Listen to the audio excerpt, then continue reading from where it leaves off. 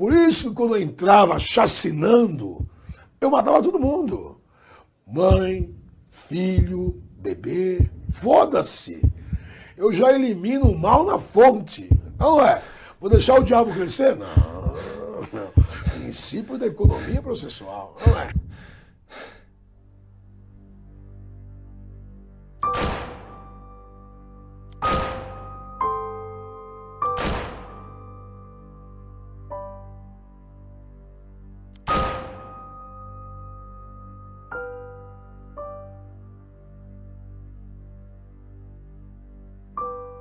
Atenção! Neste vídeo não julgamos as atitudes dos policiais como boa ou ruim. Não fazemos um julgamento moral da polícia, e nem tampouco um julgamento individual de cada policial, pois sabemos que todo militar não deve ser julgado pelas ordens que vêm da corporação e seus superiores. E sim mostramos de maneira realista, observando o mundo como ele é. Você cresce aprendendo que o objetivo da polícia é prender o bandido, e isso é em parte uma verdade. A polícia militar tem como objetivo principal prender criminosos em flagrante. Isso significa que ela precisa rodar as cidades atrás de crimes e assim prender seus responsáveis em flagrante. Mas se isso é verdade, se o objetivo é prender qualquer bandido, ou mesmo prender todos os bandidos, por que suas atuações são tão distintas? Pois sabemos que um policial não age em Alphaville da mesma forma como agiria no Capão Redondo, ou em outras periferias de grandes cidades. Um ponto importante. Ninguém defende ou mesmo deseja que algo de ruim aconteça com os policiais em serviço. Eles são trabalhadores como qualquer um de nós. Mas isso não muda o fato que a população também não deseja a morte indiscriminada de uma quantidade enorme de pessoas, dentre elas pessoas inocentes que foram somente casos isolados. O que aconteceu nos últimos dias mostra o quanto a polícia militar não tem um objetivo real de prender ou mesmo coibir o crime. Seu real objetivo é outro. E vamos abordar alguns aspectos sobre isso. O capitalismo é um sistema que organiza as pessoas, dividindo-as em grupos. Alguns controlam a produção, enquanto outros só contribuem com seu trabalho. Os trabalhadores, embora fundamentais, têm pouca influência na produção e distribuição da riqueza que eles mesmos produzem. A desigualdade surge como um efeito colateral do capitalismo, como a riqueza gerada a partir do trabalho de cada proletário é apropriado pelos burgueses. Isso causa revolta e até revoluções, que são controladas por forças coercivas. A dominação de classe é uma parte central disso, afetando indivíduos e grupos normalmente periféricos e abandonados pelo poder público. Resumindo, o capitalismo gera desigualdades, explorando o trabalho e mantendo o controle por meio da dominação, o que no fim acaba levando a conflitos sociais. A repressão pelo Estado segue uma hierarquia de poder, com o objetivo de sustentar o funcionamento total do capitalismo e da dominação de classe. Essa dinâmica se manifesta em várias áreas, incluindo repressão, jurisdição, burocracia, ideologia e religião, entre outras. Nesse contexto, a força policial representa a última etapa do controle social nos Estados modernos. Antes de recorrer diretamente à violência contra a população civil, existe todo um mecanismo que visa alinhar as pessoas com os objetivos de reproduzir as relações sociais, principalmente centradas no trabalho alienado. Isso assegura o funcionamento das redes de mercado, das burocracias e das relações de poder e dominação. O uso frequente da violência coloca uma pressão significativa sobre o Estado, aumentando o risco de tumultos sociais que minam o fundamento do Estado democrático de direito quando as normas legais são deixadas de lado, resultando em um estado de exceção contínuo, onde a força bruta prevalece. Portanto, o Estado precisa justificar o uso da violência e faz isso através de discursos que geralmente se resumem a preservar a ordem pública. No entanto, a verdade é que a polícia existe para proteger os interesses da classe dominante, uma vez que sua oposição se encontra principalmente entre os menos privilegiados. A polícia é um aparato de violência de classe que responde aos anseios e necessidades da classe dominante. Diferente do que a corporação prega, ela não serve ao interesse geral reproduzido no slogan "servir e proteger".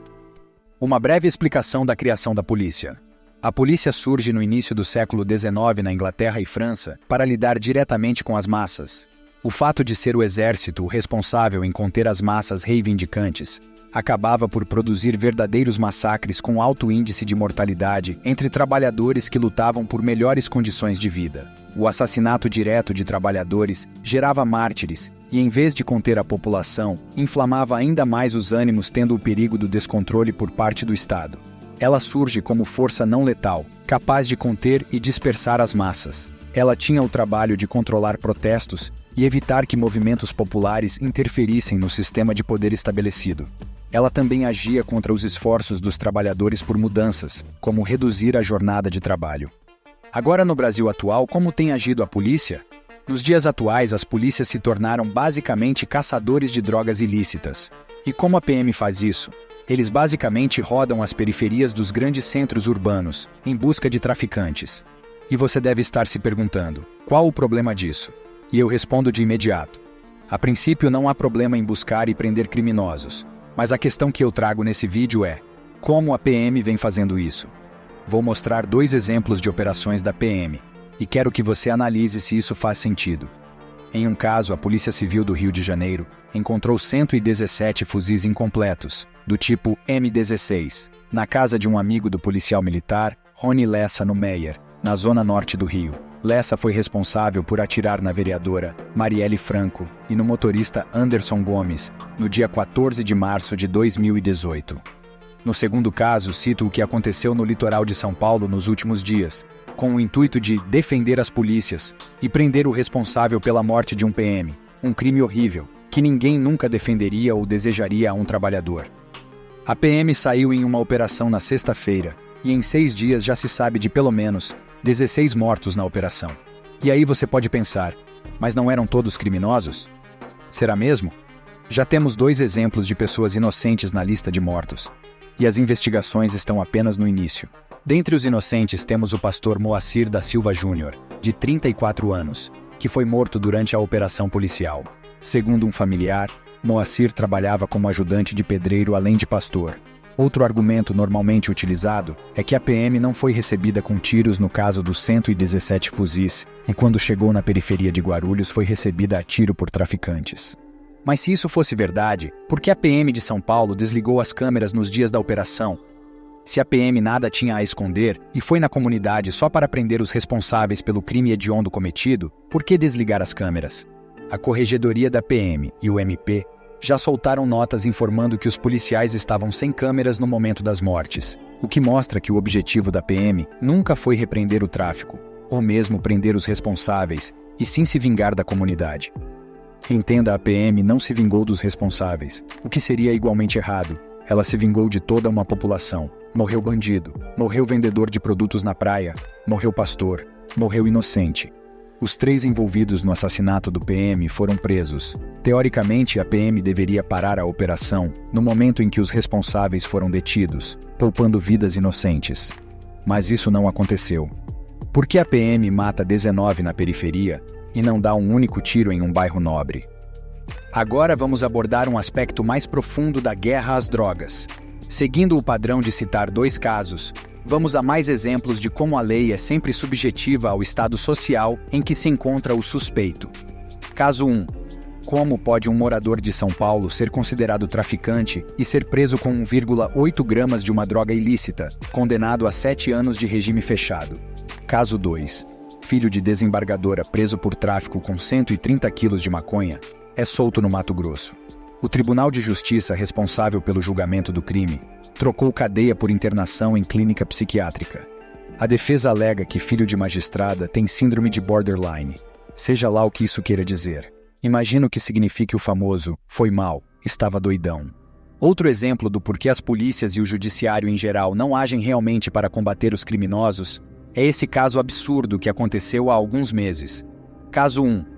Uma universitária desviou a poupança da formatura de sua turma da USP para fazer apostas em lotérica na Zona Sul em 2022. Ela teria causado prejuízo também para os proprietários da lotérica por falta de pagamento de apostas feitas. O valor roubado chega a R$ 927 mil, e por incrível que pareça, mesmo com a golpista se apropriando de quase R$ 1 milhão, ela não foi presa, nem mesmo em regime aberto. Está solta e se defendendo somente de contravenções financeiras. Caso 2. Uma mulher foi presa por roubar leite em Aracaju. Ela pagou fiança e vai responder em liberdade. Desemprego e maternidade foram apontadas como motivo para o roubo. Ela segue em liberdade até seu julgamento por furto. Pode pegar de 2 a 8 anos de cadeia. Entenda, não defendemos quem rouba, Mas você acha justo o que aconteceu nesses casos? É correto uma mulher ser presa por roubar 1 litro de leite para seus filhos famintos e uma outra mulher não ser nem detida após roubar R$1 milhão? É correto um homem ser julgado e condenado como traficante com 1,8 gramas de uma droga ilícita e outro homem não ser condenado mesmo portando 130 quilos de outra droga ilícita? Isso acontece porque a PM não existe para nos defender. E quando eu digo nós, falo da classe trabalhadora, do povo pobre. Prender os criminosos é só uma parte da sua função. O real objetivo da PM é manter o capitalismo rodando. A viatura não está na rua para proteger o pedestre, e sim o comércio, o banco ou mesmo a indústria, mas não os trabalhadores. O objetivo é manter o povo com medo, preso nas periferias, e não deixar sequer que pensem em descer o morro e reivindicar que os verdadeiros criminosos fossem presos. Hoje, um dos maiores assaltantes do Brasil atual são os 3 sócios da 3G Capital, empresa que vem roubando milhões dos cofres públicos e até mesmo são os responsáveis por demissões em massa em diversas empresas. Mas você não vai ver nenhum deles serem presos. Você não vai ver um PM dar uma porrada no Jorge Paulo Lemann. Você nunca verá filhos de vereadores ou deputados serem presos por tráfico, ou mesmo serem detidos como usuários. Quem vive em área nobre sabe que as drogas são legalizadas. Quem vai nas festas de influencers e outros famosos sabe que lá dentro, todas as drogas estão liberadas, além de terem a completa certeza que a PM não vai entrar dando tiro. Esse tipo de coisa está restrita às regiões periféricas. O crime no Brasil é liberado ou reprimido conforme seu estado social, seu parentesco ou mesmo quão rica seja sua família. Conclusão. O resumo dessa história é que a criação, a utilização e o seu principal objetivo é manter as classes trabalhadoras e o povo humilde sempre com medo de se expressar, se manifestar ou mesmo se rebelar. Cada passeata de professor, greve de trabalhador da indústria, ocupação sem terra ou reforma agrária aproxima os trabalhadores, o que pode gerar maiores problemas para as burguesias. Se o objetivo da polícia fosse acabar com o tráfico, era só legalizar o uso recreativo, controlar a venda, caçar quem importa ilegalmente a droga em grandes quantidades e assim coibir o crime organizado, fazendo com que o crime define sem mercadoria ou mesmo dinheiro com o lucro da venda. Mas não é o que acontece. A PM continua prendendo quem tem 20 gramas, 50 gramas, ou às vezes quem nada tem a ver com a venda, consumo ou o crime organizado. Você acha que matando 10 pequenos traficantes vai impedir o crescimento do crime organizado na cidade? O ponto é que isso não importa. Grandes forças políticas lucram com a proibição e com a guerra às drogas, e sem combater esses criminosos, não tem vencedor nessa guerra. Só mais mortes e encarceramento do povo negro, pobre e periférico. Muito obrigado a quem chegou até aqui, e se der, deixe o seu like e siga o canal. Valeu, galera!